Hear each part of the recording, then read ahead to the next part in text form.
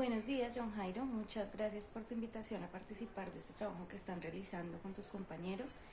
Con respecto a la primera pregunta que me haces, es importante aclarar o pues contextualizarnos. Son muchos los modelos pedagógicos que existen y no hay un modelo que sea una receta de cocina donde yo diga esto se aplica acá y va a funcionar a la perfección. ¿En qué consiste la pertinencia de un modelo pedagógico a un proceso educativo? En la pericia que tenga el educador para identificar cuáles son las necesidades y las necesidades del estudiante y los aprendizajes que se necesita obtener. Si, por ejemplo, yo estoy haciendo un proceso operativo donde necesito que la persona mecanice un proceso y lo realice secuencialmente casi que sin pensarlo, por ejemplo, cuando estamos haciendo un proceso de capacitación en evacuación, ¿sí? Entonces, los protocolos de evacuación se diseñan y las personas deben mecanizarlos y hacerlos. En el momento en que se presente una emergencia, no necesitamos que el estudiante o que la persona que se capacitó piense, idealice, debata, sino que opere ese mecanismo. Entonces, en ese sentido, pues la persona que está haciendo el proceso de capacitación va a buscar un modelo pedagógico, una estrategia didáctica y metodológica que le permita lograr esa interiorización de una secuencia de acciones que va a realizar la persona que se está capacitando.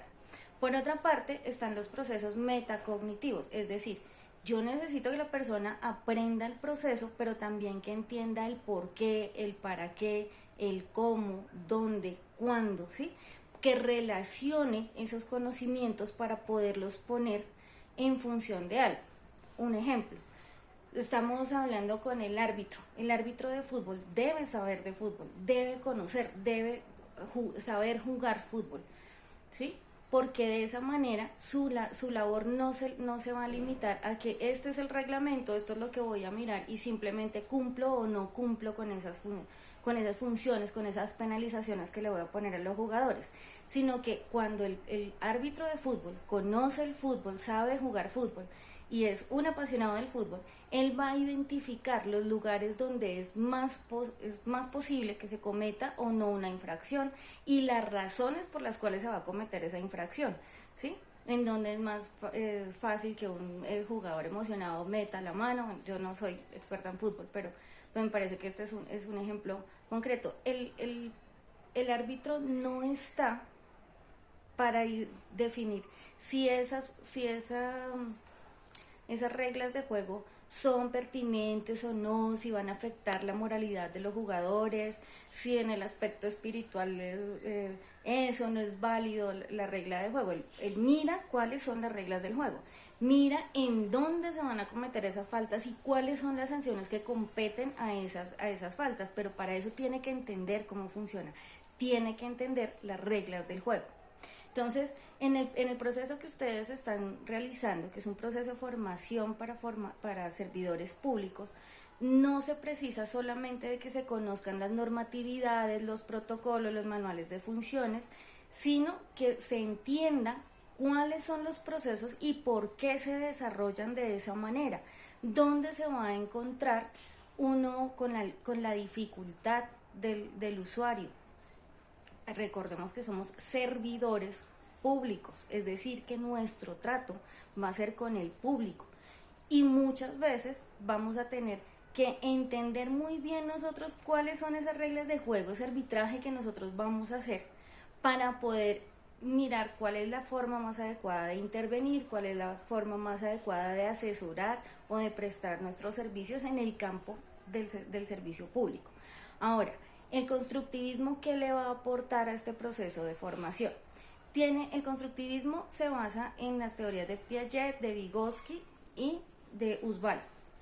Entonces, ¿qué plantean estos autores y qué plantea el constructivismo? Se plantea que el estudiante va a construir el conocimiento. Lamentablemente con el tiempo pues se ha desdibujado y entonces el tema de constructivismo siempre va a ser vamos a hacer una cartelera, vamos a elaborar una maqueta y a partir de la maqueta o del experimento vamos a concluir en un conocimiento teórico, es decir, estamos mal diseñando ese proceso cognitivo que se basa en el constructivismo. Constructivismo en la realidad, ¿qué ofrece? Ofrece la posibilidad de que entre el estudiante y el docente realicen un proceso de mediación entre el conocimiento y el proceso de aprendizaje-enseñanza. Es decir, yo voy a entender cuál es el manual de funciones de determinado cargo, pero también voy a entender por qué se va a mover así, cuál es la acción que debe realizar ese funcionario público en el momento en que la regla no esté escrita. ¿Sí? Pero como entiendo todo el sistema, como voy a entender todo el sistema de reglas, entonces yo puedo decir, bueno, en esta situación específica, esto es lo que procede para realizar dentro de mi función pública hasta donde me compete. También me permite interiorizar ese conocimiento. No necesitamos que el servidor público simplemente memorice cosas, sino que realmente entienda cuál es el mapa general en el que se está moviendo y cuál es su función específica dentro de lo que está realizando. Entonces, el elaborar, por ejemplo, la cartilla MIPG de una institución, el desarrollar un trabajo de casuística, de estudio casuístico, donde yo elabore el mapa mental e identifique cuál es el servicio público que se debe prestar, ¿sí? A qué entidad le compete, qué funcionario es el encargado, permite que construya el estudiante al interior de su proceso de aprendizaje, que construya esa realidad y que pueda empezar a entender todas las reglas de juego que van a afectar el proceso del servicio público, de la prestación del servicio público.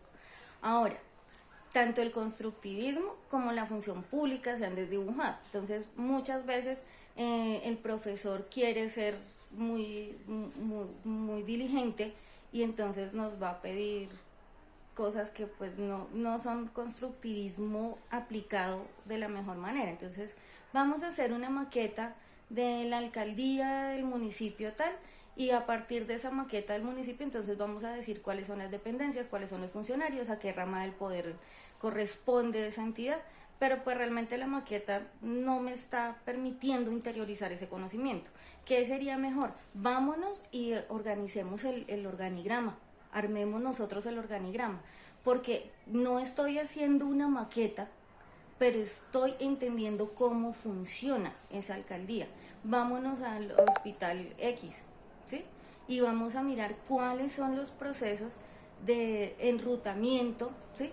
del paciente desde el momento en que entra a la puerta de urgencias hasta el momento en que se le da de alta. Entonces, ¿quién lo va a atender? ¿Cómo lo va a atender?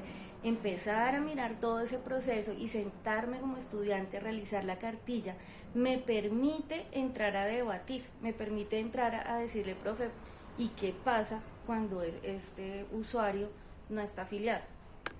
¿Qué pasa cuando esta persona llegó porque, no sé, sufrió un accidente de tránsito y entonces yo quiero demandar y recontra que demandar a la persona que me atropelló, y resulta que en el hospital pues no le van a resolver eso porque el hospital no tiene esas funciones? Entonces, ¿qué hago con esa persona que está esperando que se le preste un servicio que no? ¿Cómo se le va a atender? ¿Cómo se le va a remitir para que esa persona pueda acceder al servicio que quiere, pero también yo también pueda despacharlo, como se dice vulgarmente, que yo lo pueda enrutar para donde es y liberar los procesos que estoy realizando dentro de mi entidad? Y así con todas, con los colegios, las alcaldías, los hospitales, las fuerzas armadas, por ejemplo, que también prestan un servicio público, pero tienen un régimen especial y se mueven con unas dinámicas diferentes en muchos casos.